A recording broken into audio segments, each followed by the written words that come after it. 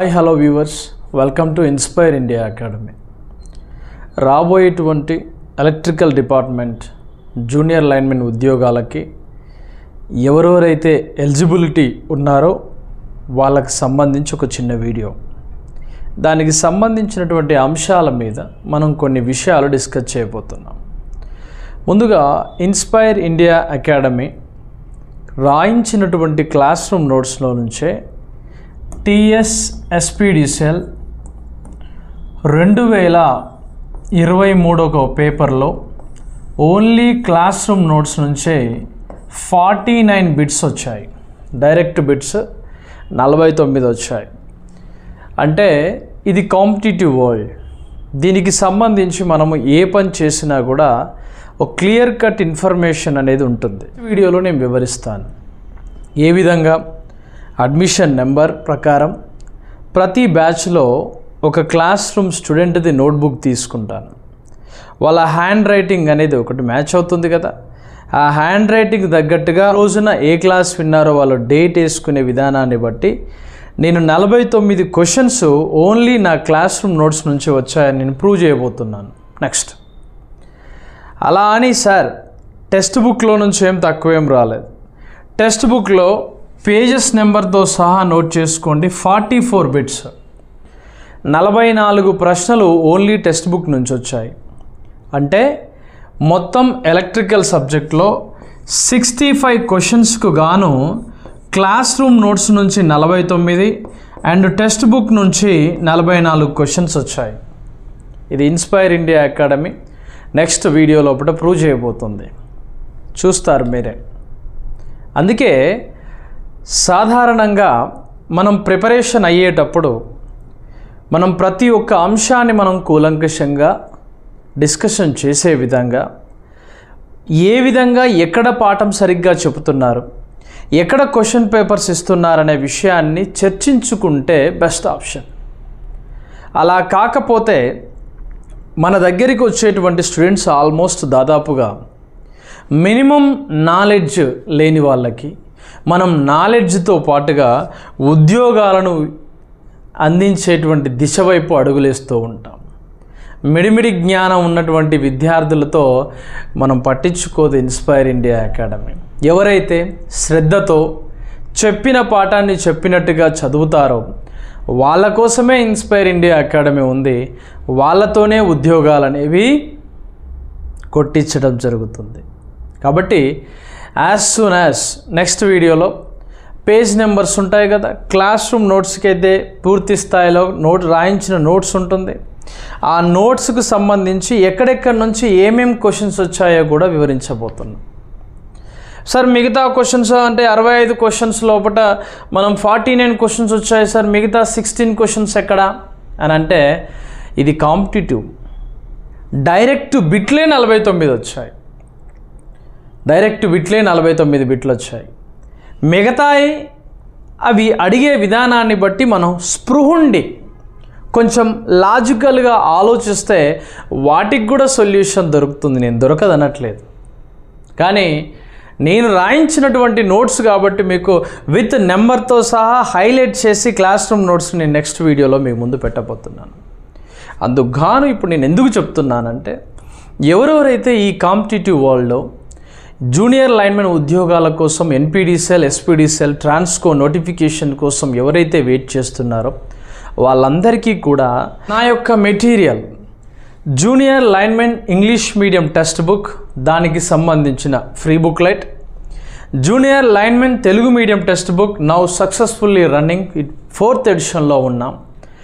రాష్ట్ర వ్యాప్తంగా junior linemen ఉద్యోగాల కోసం ప్రిపేర్ అయ్యేటువంటి ఆస్పిరెంట్స్కి నా టెక్స్ట్ బుక్ అనేది ఒక సువర్ణ అవకాశాన్ని వినియోగించుకొని మీరు కనుక కాన్సన్ట్రేషన్తో చదవాలనుకునే వాళ్ళకి నా టెక్స్ట్ బుక్ మెటీరియల్స్ అమెజాన్లో అవైలబుల్గా ఉన్నాయి.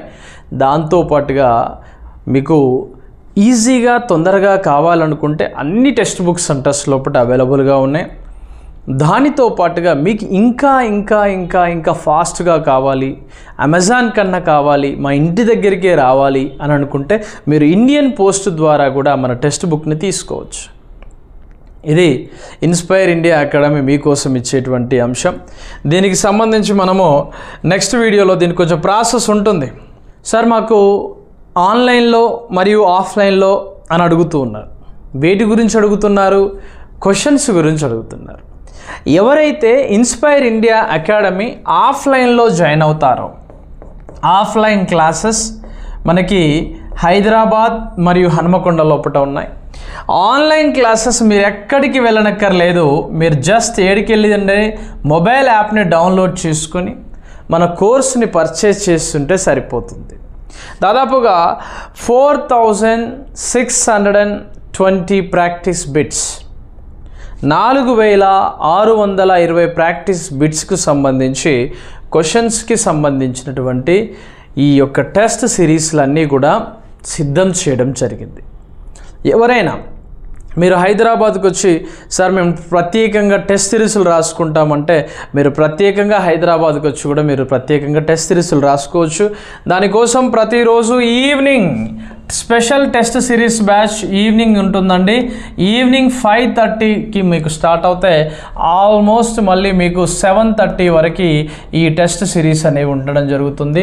దాదాపుగా మీరు ఇది ఒక ఉపయోగించుకోవాల్సినటువంటి సందర్భంగా కూడా నేను చెప్పడం జరుగుతుంది.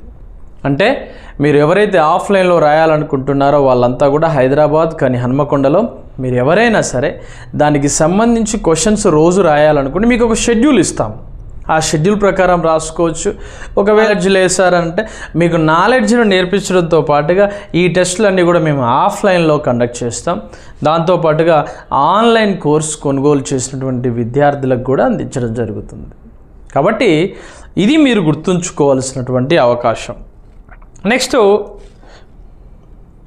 సార్, జూనియర్ లైన్మెన్కి ఎవరెవరు ఎలిజిబుల్ అంటే జూనియర్ లైన్మెన్కి ఏజ్ క్రైటీరియా అనేది చాలామంది ఇప్పుడు బాధపడుతున్నటువంటి సమస్య. ఎందుకు సార్ అంటే రాష్ట్ర వ్యాప్తంగా ఇప్పుడు నోటిఫికేషన్ ఇస్తా అనబట్టే దాదాపుగా అక్టోబర్ నుంచి ఇప్పటి వరకు, అక్టోబర్ నుంచి ఇప్పుడు మే నెలలో ఉన్నాం. దాదాపుగా ఇప్పుడు ఒక్క రోజు కూడా ఆలస్యమైనా కూడా మనల్ని సిస్టమ్ అనేది యాక్సెప్ట్ చేయదు. సుమారుగా 18 నుంచి 35 సంవత్సరాల వయస్సులో ఉన్నవారికి ఎలిజిబిలిటీ ఉంది. ఎప్పుడు నోటిఫికేషన్ వచ్చే డేట్.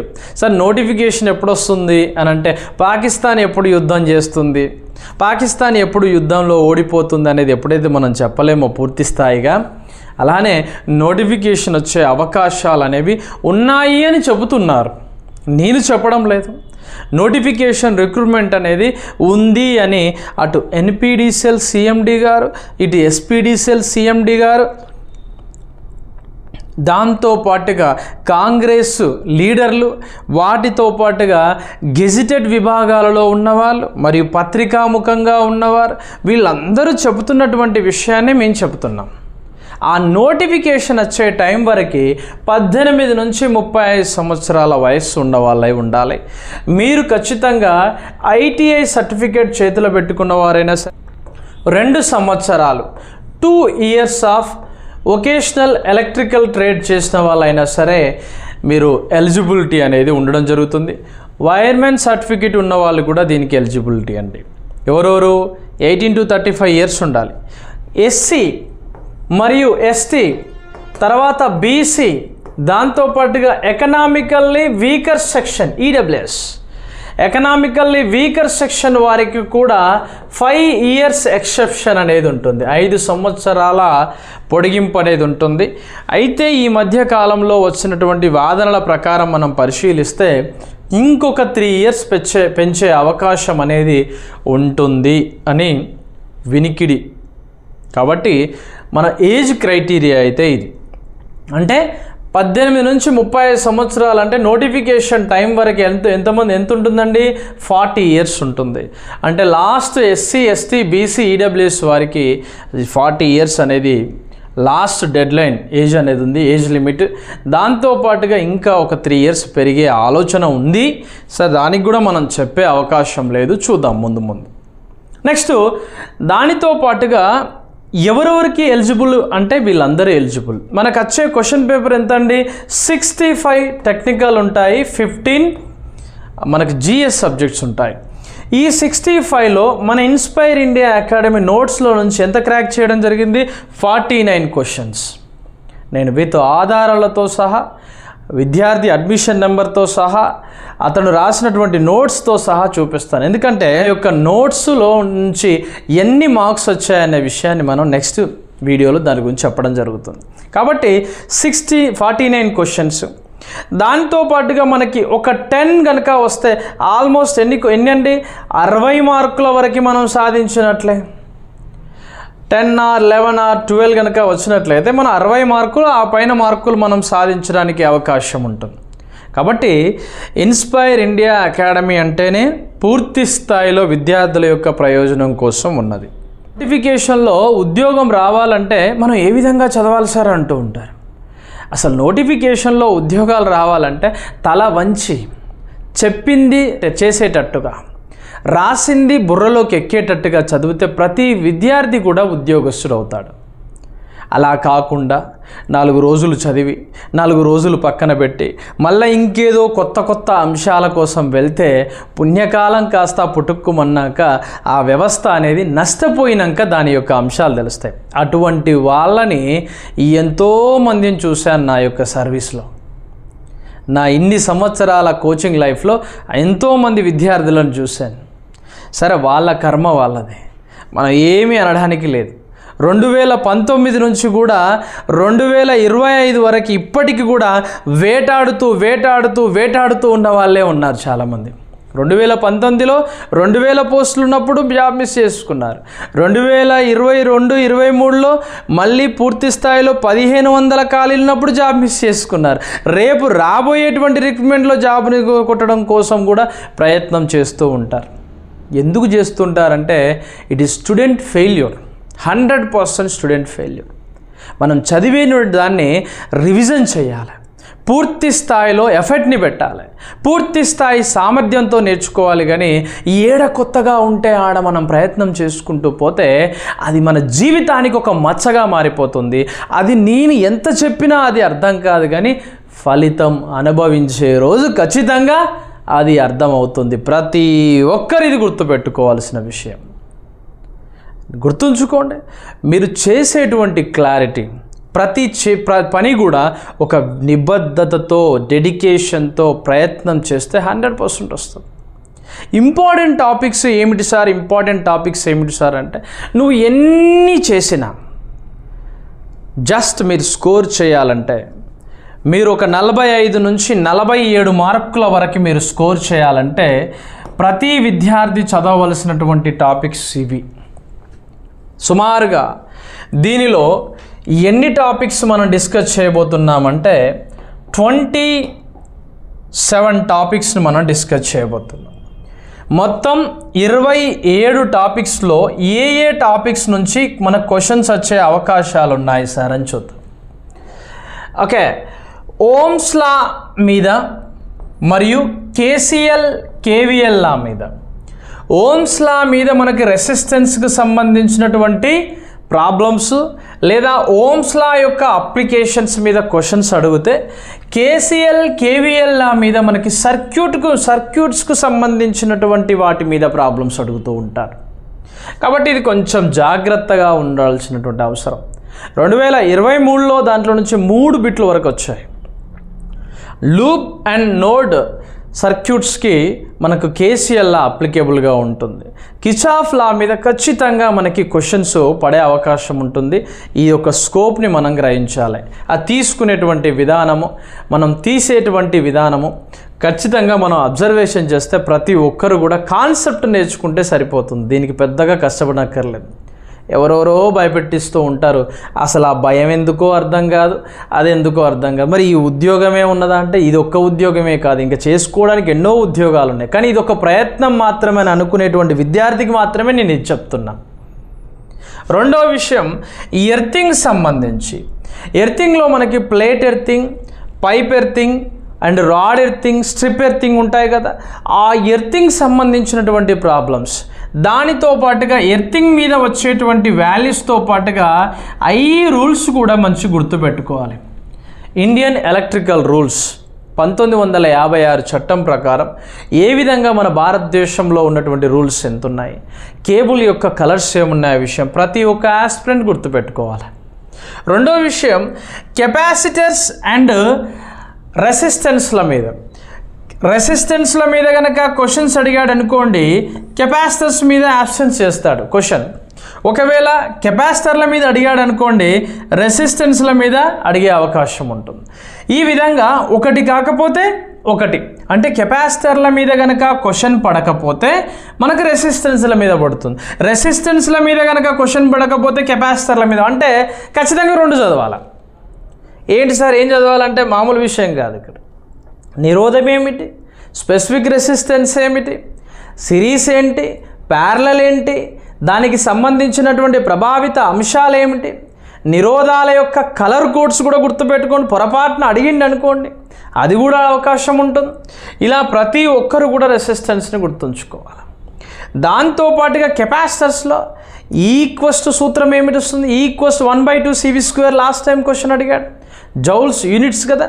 అంటే ఈ విధంగా సిరీసు, ప్యారలల్, కెపాసిటర్ల యొక్క కలర్ కోడ్స్, కెపాసిటర్స్లో ఉండేటువంటి ఆవేశం క్యూకి, సికి, వికి మధ్య ఉన్నటువంటి సంబంధం మీద కూడా మనల్ని క్వశ్చన్స్ అడుగుతూ ఉంటాడు. కాబట్టి ఇది ఒకసారి గమనించండి, ప్రతి ఒక్కరు ఇది గుర్తుపెట్టుకోండి. దీంతో first topic over. Okay, next magnetic ఫీల్డ్కి ఈ ఎలక్ట్రిక్ ఫీల్డ్కి మధ్య సంబంధాన్ని అడుగుతాడు. అంటే మ్యాగ్నెటిక్ ఫీల్డ్ లోపల మనకి అనలామస్ బిహేవియర్, సారూప్యత అనేది చూస్తే ఇందులో ఎంఎంఎఫ్ ఉంటే ఇందులో ఏముంటుందండి, ఈఎంఎఫ్ అనేది ఉంటుంది. మరియు దీనిలో ఫ్లక్స్ కనుక ఉందనుకోండి, దీనిలో ఏముంటుందండి అంటే కరెంట్ అనేది ఉంటుంది. దీనిలో రెసిస్టెన్స్ ఉంటే దీనిలో రిలాక్టెన్స్ ఉంటుంది. దీనిలో మ్యాగ్నెటిక్ డెన్సిటీ ఉంటే ఇందులో ఏమంటే ఫ్లక్స్ డెన్సిటీ ఉంటే ఇది కరెంట్ డెన్సిటీ ఉంటుంది.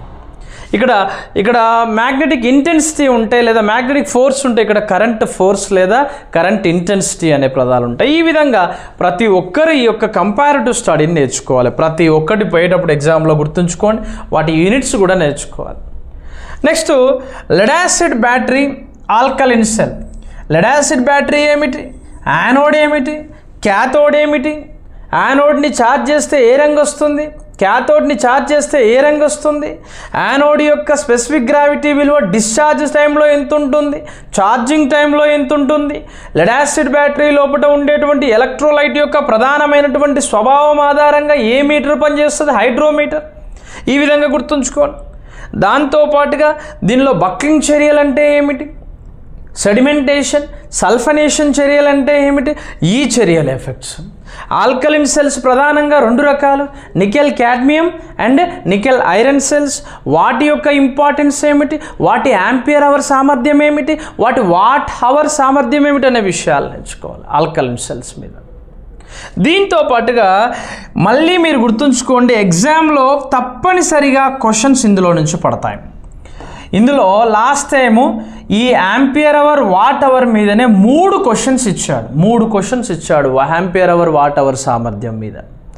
దీనిలో సిరీస్ అండ్ ప్యారలల్, ఒకసారి సిరీస్ అడిగాడు, ఇంకోసారి ప్యారలల్ అడిగాడు. సిరీస్కి సూత్రం ఏమిటి, ప్యారలల్కి సూత్రం ఏమిటి, దేని సూత్రం అది, కరెంట్ను కనుక్కునే సూత్రం.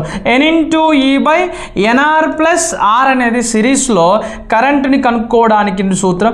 I=N/E/R+NR అనేది ప్యారలల్లో కరెంట్ని కనుక్కోవడానికి సూత్రం.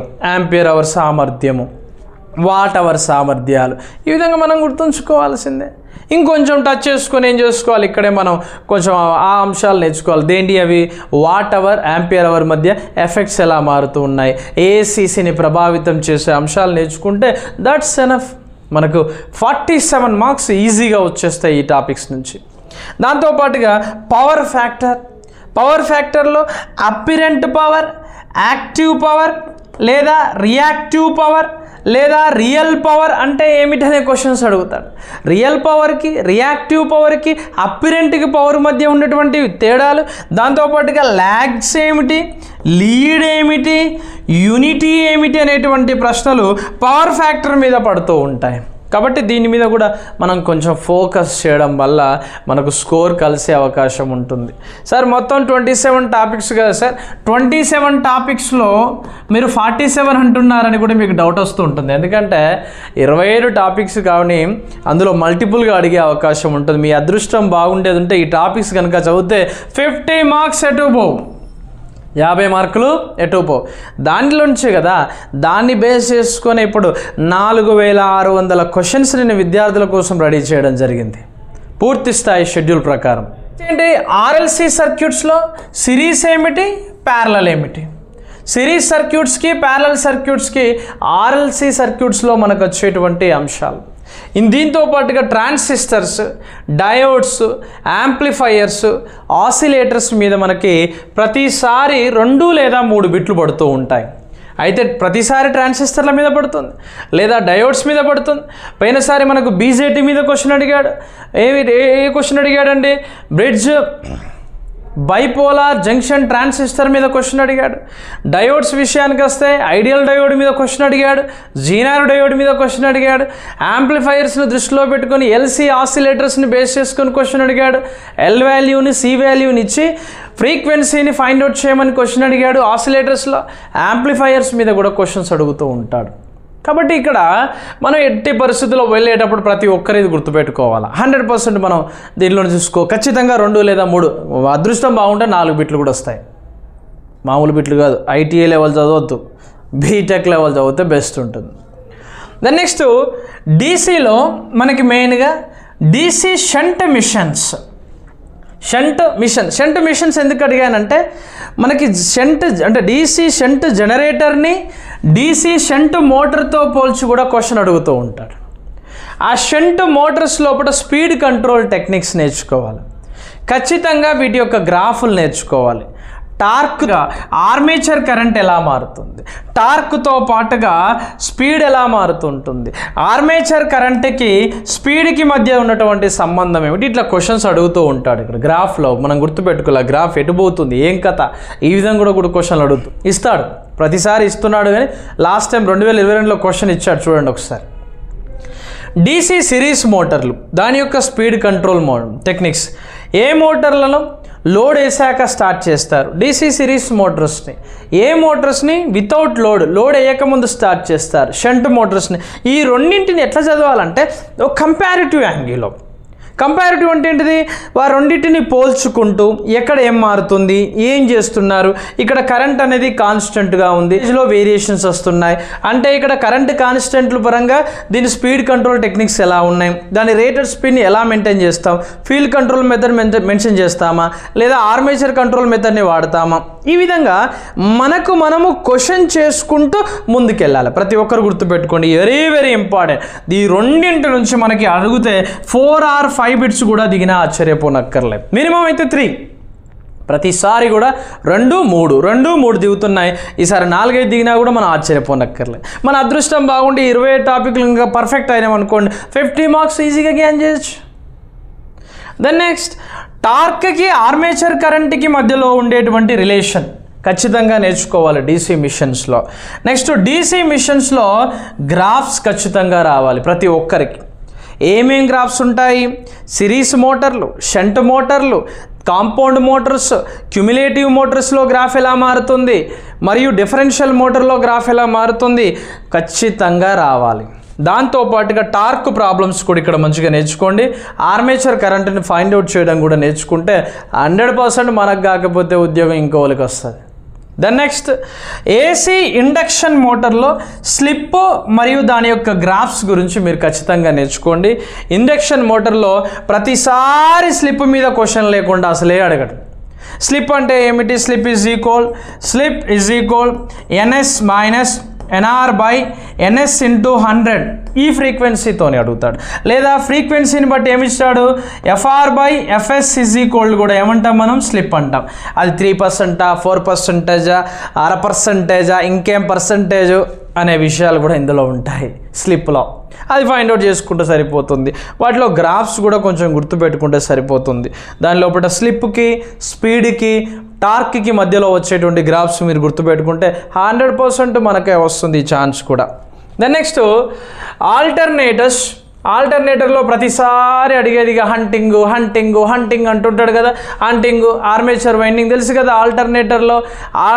ఆల్టర్నేటర్ విషయానికి వస్తే ఆల్టర్నేటర్లో స్టేటర్గా ఉండేటువంటి భాగాన్ని ఆర్మేచర్ అంటాం, రోటర్గా తిరిగేటువంటి భాగాన్ని మనం రోటర్ అని పిలుస్తాం.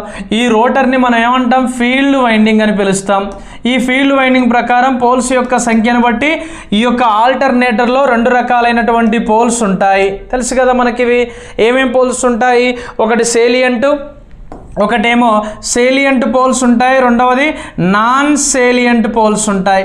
Salient poles and non salient poles మధ్య ఉండేటువంటి అది ఏది ఎక్కువ స్పీడ్లో తిరుగుతుంది, నాన్ సేలియంట్. సేలియంట్ పోల్స్ అనేవి మనం పూర్తి స్థాయిలో పెద్ద పరిమాణంలో వీల్ టైప్ అరేంజ్మెంట్స్ ఉండడం వల్ల ఎక్కువ స్పీడ్ వల్ల వైబ్రేషన్ ఎక్కువగా ఉంటుంది. దాంతోపాటుగా దీనిలో పిచ్ ఫ్యాక్టర్ గుర్తుపెట్టుకోండి. ఈ పిచ్ ఫ్యాక్టర్ యొక్క ఫార్ములాని మీరు ఫైండ్ అవుట్ చేసేటప్పుడు cos α/2 అనేటువంటి వాల్యూ ప్రకారం చేస్తాం.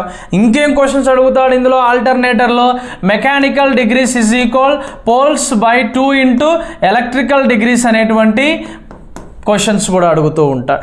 అంటే ఒకసారిగా చెప్పేది కాదు, మీరు వెళ్ళేటప్పుడు చూసుకోండి. ఇంపార్టెంట్ టాపిక్స్ ఇవి కదా, మీరు చూసుకోవడానికి అవకాశం ఉంటుంది. Next single phase induction Motors real life applications. ఎక్కడ కెపాసిటర్ మోటార్స్ని వాడుతున్నాం, ఎక్కడ యూనివర్సల్ మోటార్స్ని వాడుతున్నాం. ఏసీలో డీసీలో పనిచేసే మోటార్ ఏమిటి, యూనివర్సల్ మోటార్. సిరీస్ మోటార్ లక్షణాలను కలిగి ఉన్న మోటార్ ఏమిటి, యూనివర్సల్ మోటార్.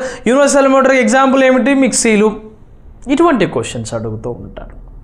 ఈ విధంగా ఇది ఒకసారి చూసుకోండి. నెక్స్ట్ ట్రాన్స్ఫార్మర్లో ఈఎంఎఫ్ సంబంధించినటువంటి లెక్కలు.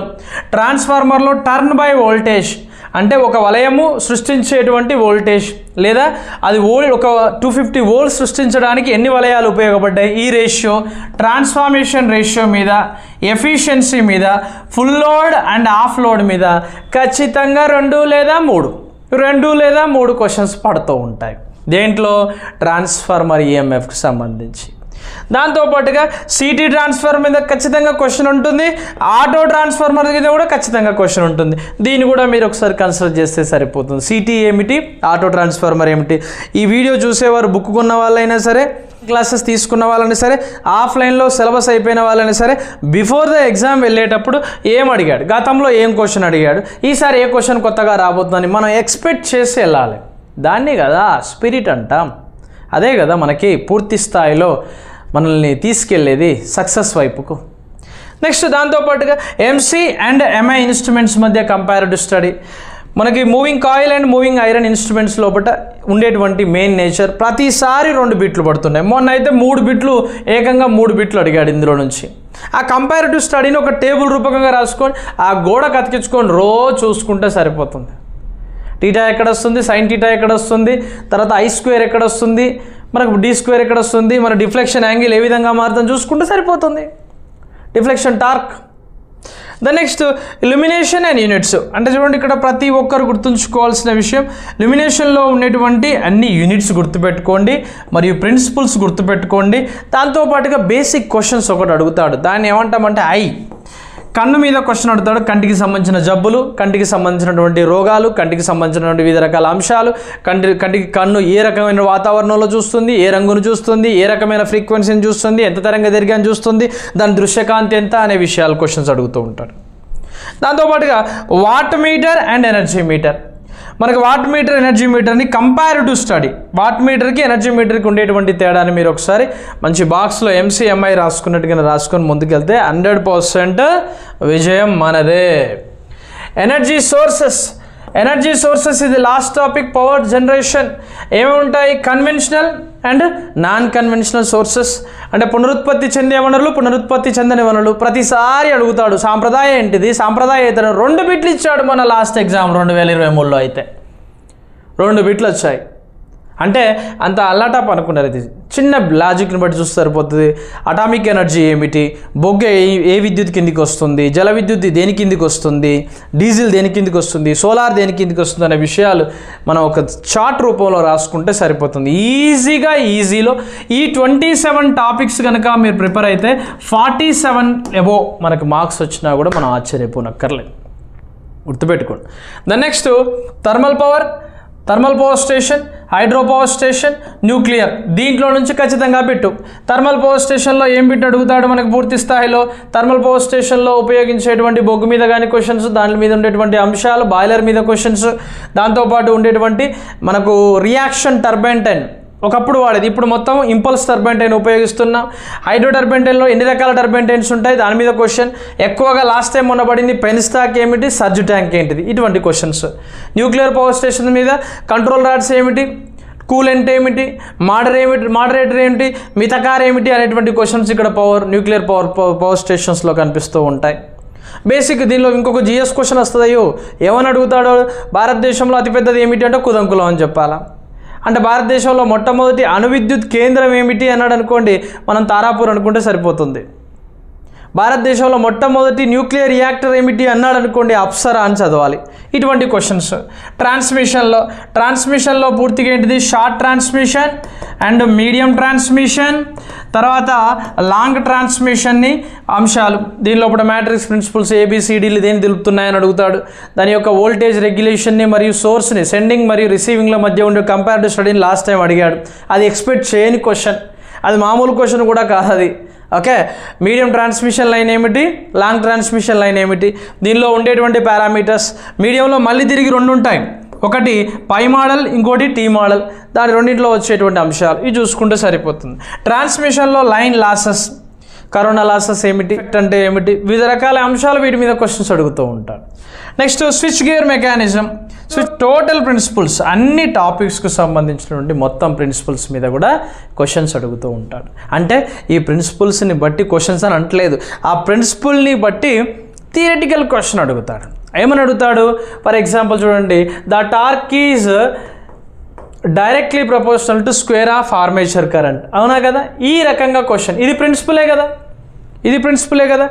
టార్క్ అనేది ఆర్మేచర్ కరెంట్ యొక్క వర్గానికి అనులోమానుపాతంలో ఉండే మోటార్ ఏమిటి అంటాడు. అంటే ఈ ప్రిన్సిపల్ని బట్టి మనల్ని క్వశ్చన్స్ అడుగుతూ ఉంటాడు. అనులోమమా, విలోమమా, ఏమైతుంది, తగ్గుతుందా, పెరుగుతుందా అనే అంశాలు అడుగుతూ ఉంటాడు. కాబట్టి దీన్ని మనం చూసుకుంటే సరిపోతుంది. ఇది సిరీస్ మోటార్లో వస్తుంది, DC సిరీస్ మోటార్లో రావడం జరుగుతుంది. అంటే ఓవరాల్గా మీరు ఈ 27 టాపిక్స్ కనుక పూర్తి స్థాయిలో బై హార్ట్ చేస్తే మీకు 47 మార్క్స్ అనేవి రావడానికి అవకాశం ఉంటుంది. అదర్వైజ్ మీరు ప్రాక్టీస్ చేయకపోతే సఫర్ అవ్వడానికి అవకాశం కూడా ఉంది. కాబట్టి నోటిఫికేషన్ వచ్చే టైం వరకు మనం సిద్ధంగా ఉంటే, సిద్ధమా అన్నట్టుగా సిద్ధంగా ఉంటే 100% మనం సక్సెస్ కావడానికి అవకాశం ఉంటుంది. దాని నెక్స్ట్ వీడియోలో inspire India class room notes నుంచి ఎన్నెన్ని వచ్చాయి, ఎక్కడి నుంచి వచ్చాయి, ఏ విధంగా వచ్చాయి, ఏ క్వశ్చన్ ఏ విధంగా అడిగాడనే విషయం, ఎట్లా పడినాయి అంటే డైరెక్ట్గా పడినటువంటి క్వశ్చన్స్ గురించి కూడా మనం డిస్కస్ చేయబోతున్నాం. Wish you all the best and good luck.